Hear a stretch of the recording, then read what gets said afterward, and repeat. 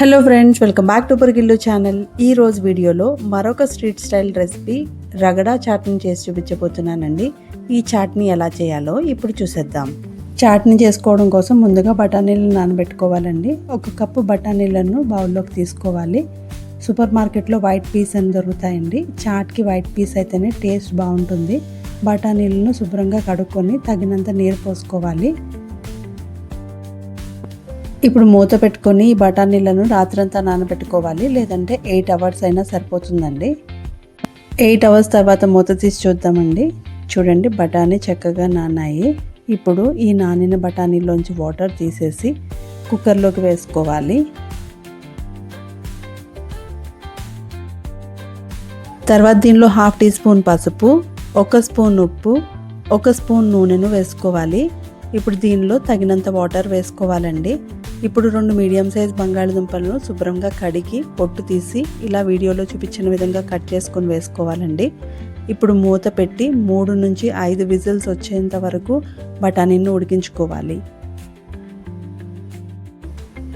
Pressure అంతా పోయిన తర్వాత ఓపెన్ చేసి చూద్దామండి. చూడండి, బఠానీని ఇలా మెత్తగా ఉడికించుకోవాలి. ఈ బంగాళదుంపలను తీసి పక్కన పెట్టుకుందామండి.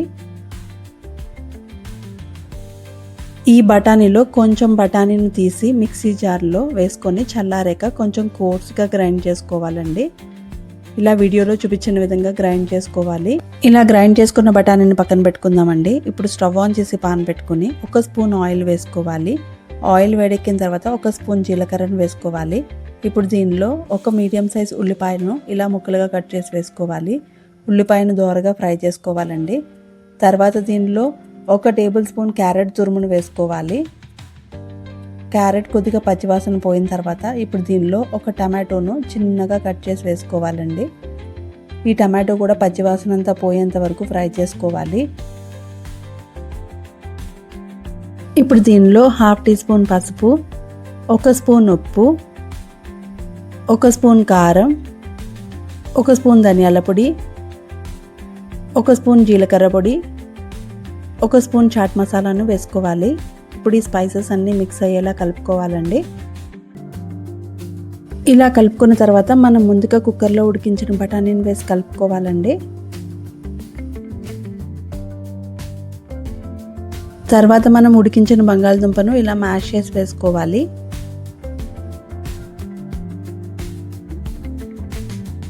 తర్వాత దీనిలో మనం గ్రైండ్ చేసి పక్కన పెట్టుకున్న బఠానీని కూడా వేసుకోవాలండి. ఇందులోనే కొద్దిగా వాటర్ వేసి కలుపుకోవాలి.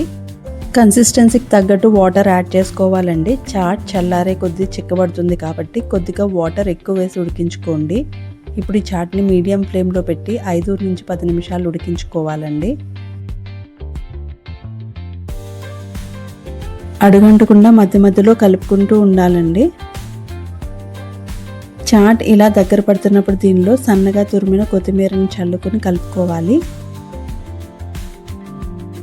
చాట్ని ఇలా జారుగా ఉన్నప్పుడే స్టవ్ ఆఫ్ చేసుకోవాలండి. రగడా చాట్ టేస్ట్ చేయడానికి రెడీ. బౌల్లోకి సర్వ్ చేసుకుందాం. బయట స్టైల్లోలా ఇలా బౌల్లో వేసుకొని తింటే మనకి బయట తిన్నట్టే అనిపిస్తుంది. ఇలా బౌల్లో వేసుకున్న తర్వాత కార్న్ఫ్లేక్స్ని ఇలా మెదిపి వేసుకోవాలి. సమోసా ఉంటే సమోసా అయినా వేసుకోవచ్చండి. ఇప్పుడు దీనిలో సన్నగా తురిమిన ఉల్లిపాయ ముక్కలను వేసుకోవాలి. కొద్దిగా క్యారెట్ తురుము, అలానే సన్నగా తురిమిన కొత్తిమీరను వేసుకోవాలి.